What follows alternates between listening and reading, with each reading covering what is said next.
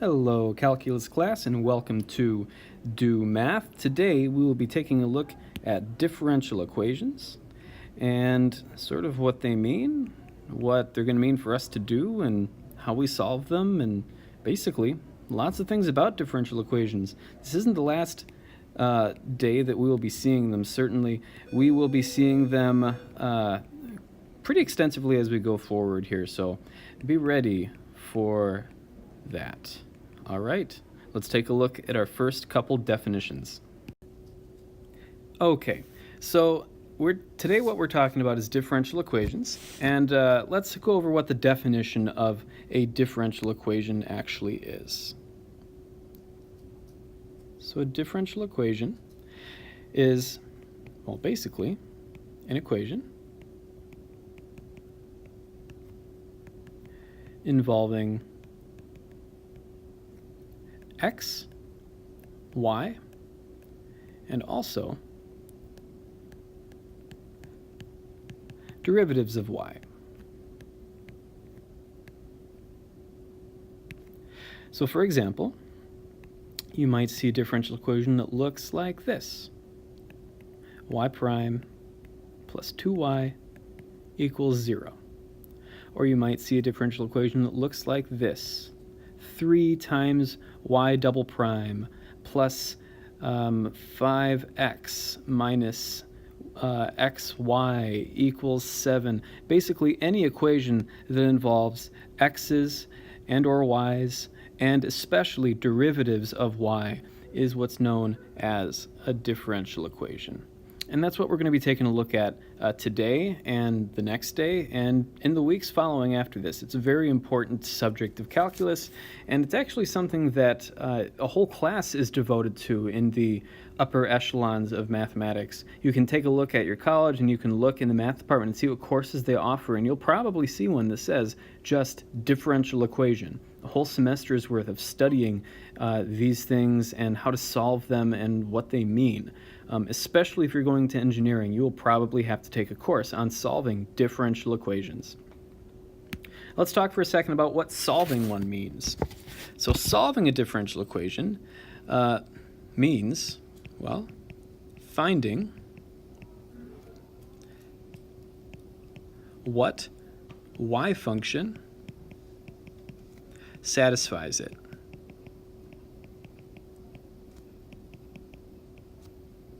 So let's explore what this means for a couple minutes. So finding what y function satisfies it. Basically, how I think of this, at least in the early stages of differential equations you guys will be doing today and a couple weeks from now, is we will be integrating away the derivatives. You can think of it like that. That's what solving a differential equation means. And you'll actually see it in the next example. Okay, so let's verify if the following functions are solutions of this differential equation that I have for you right here. So let's think about this one. Y prime plus y equals 0. And let's see if these guys, sine 4e to the negative x and ce to the negative x, are solutions of this differential equation. Well, for y equals sine of x, I know that y prime is cosine of x. Let's just see if both of these together satisfy my differential equation over here. So if I plug these things in, y prime, I'll rewrite the differential equation for you. I know that y prime is cosine of x. And I know that y is sine of x. And so the question is that equal to 0? Does that satisfy the differential equation? Is it equal to 0? And no, it's not. So y equals sine of x is not a solution of that differential equation. Let's try the next one. So y equals 4e to the negative x. I know that the derivative of that is chain rule, negative 4e to the negative x. Let's try plugging it into the differential equation, y prime plus y equals 0, to see if it satisfies it. So y prime is negative 4e to the negative x, and y is 4e to the negative x. And together, do these two things add up to be 0? Negative 4e to the negative x plus 4e to the negative x. And you know what? Yeah, they do. So, yes. 4e to the negative x is a solution of this differential equation. Let's try the next one.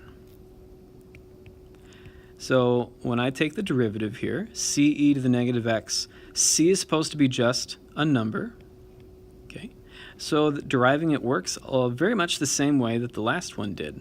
So y prime equals negative c e to the negative x. And if I plug it in, if I plug it in to my differential equation, we end up with, okay, y prime is negative c e to the negative x plus c e to the negative x. And now we think, is negative c e to the negative x plus c e to the negative x equal to 0? Yeah, it is. They're opposites, the powers are the same, so they fully cancel out. So yeah, this is also a solution of this differential equation, along with this one over here. Now, one of the important things that I want you guys to take from this is that differential equations most often have multiple solutions. As a matter of fact, they have so many solutions that we have two different names for the types of solutions you guys will be finding, as we'll see on the next example here. And these two basic types of solutions, two differential equations, are called general solutions and particular solutions. And you guys will be taking a look at finding general and particular solutions in the next two examples and what tools we can use to find those. So yeah, differential equations are just equations involving x's and y's and derivatives of y, and then solutions of those differential equations are functions that actually make those equations true. So let's investigate these a bit further. All right, second example, we're going to solve this differential equation, dy dx equals x squared minus 5. All right. So I'm going to show you guys how to do this the most detailed way possible, because I want you to be ready for the technique that we're going to learn to solve differential equations in the coming weeks here. It's a pretty detailed method, and if you do the easy problems the hard way, the hard problems become easier. Now you could probably just look at this diffie-q right here and sort of know that, all right, the derivative is x squared minus 5, so if I want to find what the function is that satisfies that, I should just have to antiderive. And yeah, that's pretty much what we'll be doing. But we're going to insert a couple details here. What I want you guys to do is, okay, so here's what we're going to do. We're going to multiply both sides by dx, and obviously that cancels out the dx over there. This isn't really a mathematical technique. Like, it's not, mathematicians would cringe by us multiplying by dx here, but it gets the point across quite well. Now what we can do is we can get rid of these dy's and dx's by setting up integrals. And what this does for us is it allows us to basically integrate both sides. Now, the integral of dy is just the integral of 1 dy, and that's y. And then the integral of x squared minus 5 dx is 1/3 x cubed minus 5x plus c right there. And this,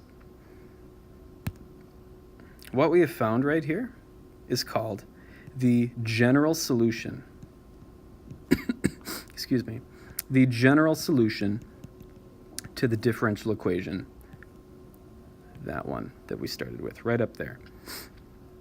Now, there are other types of solutions called particular solutions, and you'll see these asked about in the context of like giving you a point. So one might ask you to find the particular solution through the point 0, 4. Here's how you handle that. You take your general solution, which is that, and what we want to do is use the fact that x is 0 and y is 4 to find what particular c will have to happen to make this point be passed through. So we plug in 4 for the y, and then we plug in 0 for the x.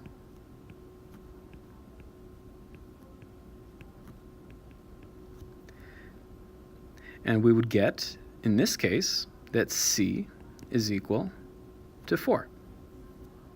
So that means my particular solution through 0, 4 is this entire function. You don't just stop here. You rewrite your particular solution.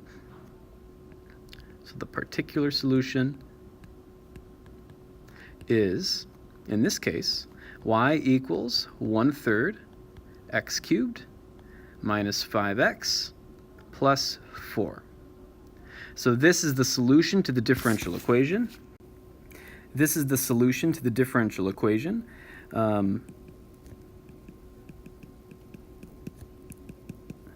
That goes through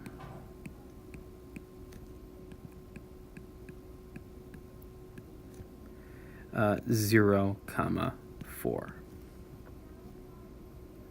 Now, here's what I want you guys to try on your own. Try finding the particular solution to this same differential equation that goes through the point 2, 3. Give the video a pause and then give that a try. Use the same general solution to find what the c would be that would make this point be passed through. Okay. All right, so here's what we'll do. We'll use our general solution, which is y equals 1/3 x cubed minus 5x plus c. I'm going to use this point to plug in and find what c is. I'm going to do that right here. 3 equals 1/3 2 cubed minus 5 times 2 plus c. So 3 equals, so that is 8/3. 8/3 minus 10 plus c. And let's see, 8/3 is, all right, 8/3 is 2.6 repeating, fun number, minus 10 plus c. So this essentially means that we've got a c, you can use a calculator here, it would end up being, let's see, 3 minus 7.3, 3 plus 7.3 repeating, it'd be about 10.3 repeating. So our particular solution would be y equals 1/3 x cubed minus 5x plus 10.3 repeating. Okay, so that's a little bit of elementary solving differential equations. Now let's take a look at the next way to visualize differential equations, and that is slope fields. All right, so the first thing that I want you guys to do is we'll go back up to the top and we'll write down what a slope field is. So a slope field is a way, or in other words, a tool that we use in calculus to visualize all possible solutions to a differential equation. It's a way or a tool to visualize all possible solutions to a differential equation. So take a look at this diffie-q over here. I've got dy dx equals x minus y. And then I've got this little graph down here with a bunch of points on a set of axes. What we'll be doing is we'll be drawing in the slopes that this differential equation tells us. Because remember, dy dx derivatives mean slope. So what this equation actually does is it tells us the slope at a certain point, x comma y. And we can find out what functions satisfy that by looking at these slopes on a graph. So let's do this. Let's find the slope at the point. So 0, comma 0. So the slope there would be m equals 0 minus 0. Well, that's just 0. So my slope at 0, comma 0 is just a little horizontal line like that. Let's go up 1 to this point right there, to 0, comma 1. Let's find the slope at 0, comma 1. The slope there, I'll use y prime this time instead of m. Let's use some calculus language. So y prime would be, so x is 0 minus y, which is 1. That is negative 1. So my slope at 0, comma 1, I'm just going to put a short little bar that looks like it has a slope of negative 1. My next slope, I'm going to keep on going up, 0, comma 2. Y prime in that case would be 0 minus 2, or negative 2. So I draw something slightly steeper. And you can probably guess what the one up here will be, negative 3. So I draw it even steeper. And if we go down instead, the slope at negative 1 would be 0 minus negative 1. And that slope is 1. And the same pattern holds true for the negatives as well. So really all I'm doing here is just, well, plugging in the points into my differential equation and finding what the slope is that the differential equation tells me and graphing that slope. Let me get you started on a couple more here. Let's do 1, comma 1. So this is interesting. So the slope at 1, comma 1 would be, okay, x is 1, y is 1, 1 minus 1, which is 0. So 1, comma 1 has a slope of 0. Matter of fact, the other points that would have slopes of 0 would be 2, comma 2, 3, comma 3, and then the negatives as well. Negative 1 minus negative 1 is 0. Negative 2 minus negative 2, 0, so on and so forth. And let's do one more. Let's do 1, comma 2. So for the point 1, comma 2, my y prime would be 1 minus 2, which is negative 1. So it looks kind of like that. Now I want you to go in, pause the video, and figure out the rest of these slopes. And while you do that, I'm going to plot them up here as well, because you may be noticing a pattern actually between these. But anyway, find the rest of the slopes.